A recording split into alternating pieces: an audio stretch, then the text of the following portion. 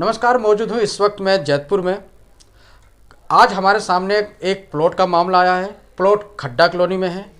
Plot Ishan और इमरान दो व्यक्ति मिलकर सेल परचेज का काम करते थे।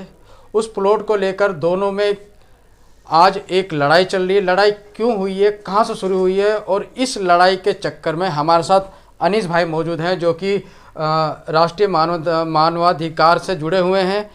इनके और इनके पूरे परिवार को धमकाया जा रहा है। क्यों धमकाया जा रहा है वो हम इनसे जानेंगे। सर, सबसे पहले आपका पूरा परिचय। जी नमस्कार सर सबको, और मेरा नाम अनीस है। मैं मानवाधिकार ह्यूमन राइट से राष्ट्रीय सचिव हूँ। और इनका ईशान का और इमरान का मामला था प्लॉट का। मैं उनका सौदा करा रहा था प्लॉट का। इनके वो बातचीत भी हो गई थी, पेमेंट आ चुकी थी। उसने ये कहा कि 15 मिनट में पेमेंट मिलती है, नहीं तो मैं दोबारा कॉल नहीं करूँगा। तो उसके बाद मेरी बातचीत होने लगी, पेमेंट आ गई थी। 15 मिनट बाद कॉल आई उसकी। कॉल आने के बाद उसने तुरंत बहुत बदतमीजी करी, गाली गुप्तारी करी, 22 रिकॉर्डिंग भेजी है। मुझे मारने की धमकी दी, मेरी वाइफ को गाली दी, मेरी माँ को गाली दी, मेरी बेटी को गाली दी। बहुत टिप्पणी गाली दी हैं और इस कदर बट यूज़ गलत करे हैं कि वो नंगा नाच नचाऊँगा मैं आपकी फैमिली के साथ, आपकी बेटी के साथ ये कर दूँगा, आपकी वाइफ के साथ ये कर दूँगा, उठाकर ले जाऊँगा मैं और घर के नीचे आ रहा हूँ। और जहाँ भी मिल गए मेरे पास बहुत गुंडे, बहुत ऐसे लोग हैं बेरेडबाज को मैं तुम्हें कहीं भी किसी वक्त भी कुछ भी करा सकता हूँ, तुम्हें लोग पहचानेंगे नहीं।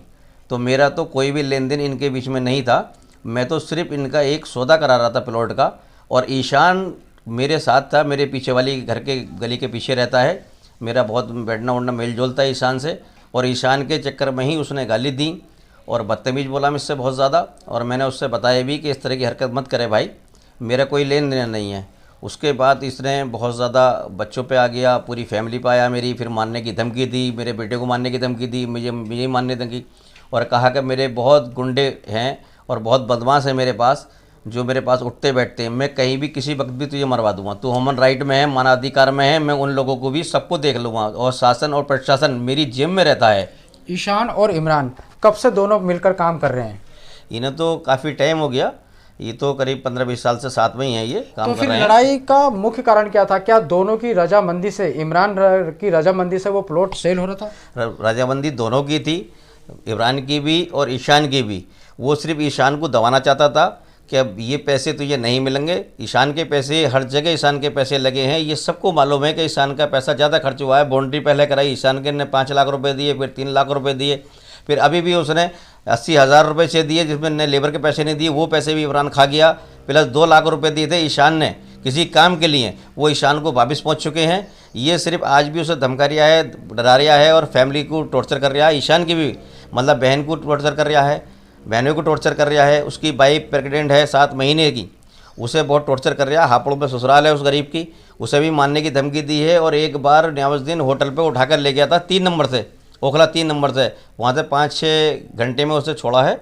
और प्लस शायद मिले कहे कि 2 लाख रुपए उसने फिरौती भी ली है छोड़ने की उसे, जिसमें उसकी बीवी के अकाउंट से ट्रांसफ़र पैसे हुए हैं इमरान के अकाउंट में, उसके यार दोस्तों के। जब ईशान वहाँ से निकलकर जब आया रात को 2 या 3 बजे घर पहुँचा, उसने आके कॉल करी है, मुझे बताइए सारी वारदात। तो मैंने कहा चल कोई बात नहीं। वो उसी चीज़ को लेके मुझसे उसने खुंदक निकाली और मेरे साथ इमरान ने बदतमीजी करी। इतनी सारा जब आपको इसने धमकी दी, जान से मारने की, आपको, आपके परिवार को धमकाया, तो आप प्रशासन के पास गए, पुलिस के पास गए अपनी शिकायत? मैंने उसी वक्त उसी टाइम ठीक 5 मिनट के बाद जैसे उनने 22 रिकॉर्डिंग करने के बाद और फ़ोन काटा है, मैंने फ़ौरन 100 नंबर पे कॉल करी है। 100 नंबर 10-15 मिनट के बाद आई है। मैंने उनसे अपनी शिकायत रखी है। उन्होंने कहा थाने चलिए, मैं फ़ौरन थाने गया हूँ। थाने जाने के बाद मैंने पूरी एक एप्लीकेशन लिखी है। एप्लीकेशन लिखने के बाद मैं थाने गया। थाने जाने के बाद मैंने आईओ के पास गया और उन्होंने मेरी कंप्लेंट नहीं ली। फिर उन्होंने कहा कि दूसरे आईओ के पास चला जाइए। मैं वहाँ गया, मैं उन्होंने कहा जी ये 2-3 लाइनें जो ये बट काटी है, आप जो मारने की धमकी दी है, जो आपको ये गाली गुप्तारी दी है, जो 22 रिकॉर्डिंग है, ये सब काटी है। आप नॉर्मल कॉल दर्ज कराइए, हम आपको रिसीविंग इसकी दे देंगे। मैंने कहा सर, मैं ह्यूमन राइट से मानवाधिकार राष्ट्रीय सचिव हूँ और मेरे साथ ऐसा अगर हो रहा है तो आम जनता के लिए तो बहुत परेशानी है आपके थाने में। आप तो मतलब थाने से भगा देंगे उन्हें गाली गुप्तारी देने के बाद। एक मैं भी एक कार्यकर्ता हूँ और मतलब एक मैं समाज सेवा हूँ और मैं ह्यूमन राइट से हूँ, मानवाधिकार से हूँ और राष्ट्रीय सचिव हूँ। जब मेरे साथ इस तरह की वार्ता आप लोग कर रहे हैं तो आम जनता के साथ आप क्या करेंगे? तो उन्होंने 2 दिन मैं थाने में गया, उन्होंने मेरी कोई सुनवाई नहीं करी। फिर मैंने मजबूरी में जाकर एसीपी साहब को, सरता बिहार डीसीपी साहब को मैंने वहाँ रिसीविंग कराई। उसके बाद मैंने पोस्ट भेजी है दिल्ली पुलिस कमिश्नर और जॉइंट सीपी साहब को मैंने वहाँ भेजी है कंप्लेंट है।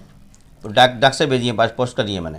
बड़े दुर्भाग्य की बात है, क्योंकि ये जो इलाका है खड्डा कॉलोनी का, इसका जो थाना लगता है वो कालिंदी कुंज लगता है। और कालिंदी कुंज थाना तो वैसे भी चर्चाओं में रहता है रिश्वत लेने में, भ्रष्टाचार में। और एक बार तो ऐसा था कि पूरा थाना का थाना सस्पेंड रहा। तो एक इंसान के साथ क्या क्या हुआ है, क्या क्या उसको धमकियां मिली हैं, क्या क्या वर्ड उसके लिए बोले गए, उसके परिवार के लिए बोले गए, उसने अपनी शिकायत में लिखी। और एक पुलिस वाला उनसे कहता है कि ये वर्ड का, तो इसका अंदाज़ा जानते हैं आप, इसका मतलब कहीं ना कहीं पुलिस के तार भी हो सकते हैं इमरान से जुड़े हुए हों। अब आप क्या चाहते हैं? मैं बिल्कुल चाहता हूँ सख्त से सख्त कार्रवाई हो इमरान पे। जिस तरह उन्होंने बदतमीजी की है, मेरे पास मेरी पूरी वॉइस रिकॉर्डिंग है, मेरे पास पूरा जो उसने स्क्रीनशॉट लिख के भेजा है वो सारे स्क्रीनशॉट मैंने निकलवा लिए हैं, मैंने बिल्कुल आगे भी फॉरवर्ड कर दिए हैं वो सब चीज़ें। सख्त से सख्त कार्रवाई हो। और पुलिस प्रशासन से यही है कि सर बार ACP साहब से, DCP साहब से, SHO साहब से, हमारे कालिंदी कुंज थाने वाले जो हैं, कि उस पर फ़ौरन गिरफ्तारी हो और उस पर तुरंत फ़ौरन जो भी धाराएँ उस पर लगाई जाए और उसे जेल भेजा जाए। जब मेरे साथ ये वारदात हो सकती है, एक ह्यूमन राइट मानवाधिकारी राष्ट्रीय सचिव के साथ हो सकती है, तो आम आदमी को तो वो कहीं भी मार देगा। और वो कहता है कि मैंने बहुत, मेरे पास बदमाश है और मेरे लिंक है बदमाशों से, तो कुछ नहीं कर सकता, कहीं भी भाग ले। शासन और प्रशासन मेरी जिम्मे में रहता है और बताता है कि मेरे बहुत बड़े लिंक है। कोई अपने पापा के नाम बताता था कि मैं उनके साथ रहते थे, अपने भाई के नाम बताता है कि मेरे भाइयों के बहुत अच्छे लिंक है। SHO कुर्सी छोड़ के खड़ा होता है। शासन प्रशासन तो मेरी जिम्मे में रहती है। ये कई बार उन्होंने बड़ी यूज किया है मुझसे इमरान ने। और ईशान को भी मेरे सामने बिल्कुल मारने की धमकी दी है। और मैं इस बात का गवाह हूँ कि ईशान परेशान हो गया था, दिमागी टॉर्चर हो गया है और ज़्यादा उसे ये नहीं पता मैं कर क्या रहा हूँ, क्या कर रहा हूँ। उसके बाद उस पर बहुत ट्रीटमेंट भी चला है, बोतल वगैरह भी लगी है उसके बेचारे का, पीला पड़ गया था वो और बहुत घबराया हुआ था। जब उनने मुझे कॉल करी है आने के बाद, तो उनने भी 100 नंबर कॉल करके पुलिस पे शिकायत दर्ज करी है। तो उसकी कंप्लेंट भी कालिंदी कुंज थाने में नहीं ली गई है। आधे घंटे के बाद ईशान आ गया मेरे साथ, तो उसकी भी कंप्लेंट नहीं ली है। तो उसने भी मजबूरी में तहत हो गया, फिर उसके बाद ACP साहब को, DCP साहब को, सरिता बिहार जाके उसने अपनी कंप्लेंट करी है। तो बड़े दुर्भाग्य की बात है, आज एक प्लॉट बेचना भी, सेल करना भी, जान से धमकी मिलनी शुरू हो जाती है अगर कोई बेचने की सोचे तो। जैसे कि ईशान है, ईशान के परिवार को, ईशान को और ईशान के जितने भी जानने वाले हैं सबको धमकी दी जा रही है जान से मारने की। और अनीस भाई के परिवार को, बच्चों को, यहाँ तक कि इनकी वाइफ को भी मारने की धमकी दी जा रही है। अपनी शिकायत लेकर ये जब पुलिस के पास जाते हैं तो पुलिस भी इनकी नहीं सुनती। जब पुलिस ही आम आदमी की नहीं सुनेगी तो किसकी सुनेगी, ये बहुत बड़ा सवाल है। और उसके बाद उसने कॉल करी मुझे और कहा कि मतलब मुझे 25 लाख रुपए दे, मुझसे काहे के लिए फिरौती मांग रहा है ईशान की, क्या ईशान को तू अपनी इसमें डाल ले, उसमें डाल ले, माँ के उसमें डाल ले, बाइक पे उसमें डाल ले, बेटी के उसमें डाल ले। बहुत गंदी पड़ी यूज करी है। मतलब 25 लाख रुपए किस चीज़ के मांग रहे हैं? कि ईशान को तू अपने साथ रख ले, मुझे 25 लाख रुपए दे दे, खैर इसी में है तेरी, नहीं तो तुझे मैं जान से मार दूंगा। और 3,65,500 रुपये पता ना वो काहे के बताता है कि लेबर के कर, मैं मेरे प्लॉट नहीं, मेरी कोई जिम्मेदारी नहीं, मैं 3,65,500 रुपये उसे काहे के दूंगा, उसका मेरा कोई लेन देन नहीं, कोई कुछ नहीं। जो भी साथ रहा वो मैं ईशान के साथ दे रहा था कि वो बेचारा है, चलो इसका काम हो जाएगा। ये परेशान था, हिलका हुआ था, तो इसलिए मैंने कहा चल रास्ता में बता देता हूँ, बाकी दोनों जने बैठ के अपने सौदेव कर लो।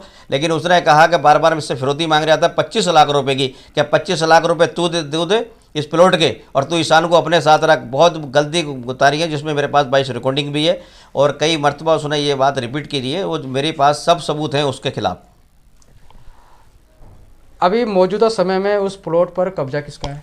अभी मौजूदा प्लॉट में कि वो ईशान ही जाता है, वहाँ प्लॉट पे ईशान ही कराता है, जो भी कुछ कराता है। पहले भी ईशान ने कराया है और ईशान का ही कब्जा है और ईशान के ही पैसे उसमें ज़्यादा लगे हुए हैं। इनके तो सिर्फ 20 लाख रुपए हैं जो इन्होंने दिए थे, वो भी किसी के आए हुए पैसे थे, जो मेरे सुनने में आई है। ईशान ने बताया मुझे कि पैसे किसी और के थे, थर्ड पार्टी के, इनके नाम कर दिया था कि इन्हें दे देना 20 लाख रुपये। उन्होंने ये भी कहा था जो भी बिकेगा इसमें से जो भी रहेगा आपका शेयर, उसके अलावा 20 लाख के बाद अभी हम दे देंगे।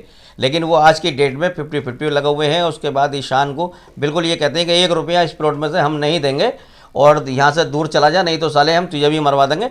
और हमारे पास गुंडे बहुत है, कहाँ तक भगेगा, हापुड़ चला जा, हापुड़ पहुँच जाएंगे हम। ईशान की बहन को भी टॉर्चर किया गया है, सब उस पर मैसेज वगैरह हैं ईशान पे। उनकी बहनों को टॉर्चर किया गया, उसकी वाइफ को टॉर्चर किया गया, उन पे भी सब मैसेज वगैरह हैं ईशान के पास। ईशान बहुत घबराया हुआ और बहुत डरे हुआ है और ईशान की भी हमसे पुलिस प्रशासन से यही है कि उसकी भी मदद की जाए। आज एक ह्यूमन राइट्स जो कि जनता की आवाज़ उठाने के लिए अनेकों कदम उठाते हैं, काम करते हैं, पब्लिक के लिए काम करते हैं, उनको धमकी मिल रही है तो आम पब्लिक का क्या होगा ये अंदाज़ा इस बात से लगाया जा सकता है। रही बात कालिंदी कुंज थाने की, कालिंदी कुंज थाने में कई बार अपनी शिकायतें लेकर गए, लेकिन कालिंदी कुंज के थाने वालों ने इनकी एक ना सुनी। मजबूरी में इनको एसीपी डीसीपी की तरफ रुख करना पड़ा। अब देखना बहुत अहम होगा कि आने वाले समय में पुलिस इस मामले को कितना सीरियस लेती है और अपने संज्ञान में लेकर इस पे क्या कार्रवाई करती है, वो देखना बहुत अहम होगा। तब तक आप जुड़े रहिए, बने रहिए हमारे साथ। नमस्कार।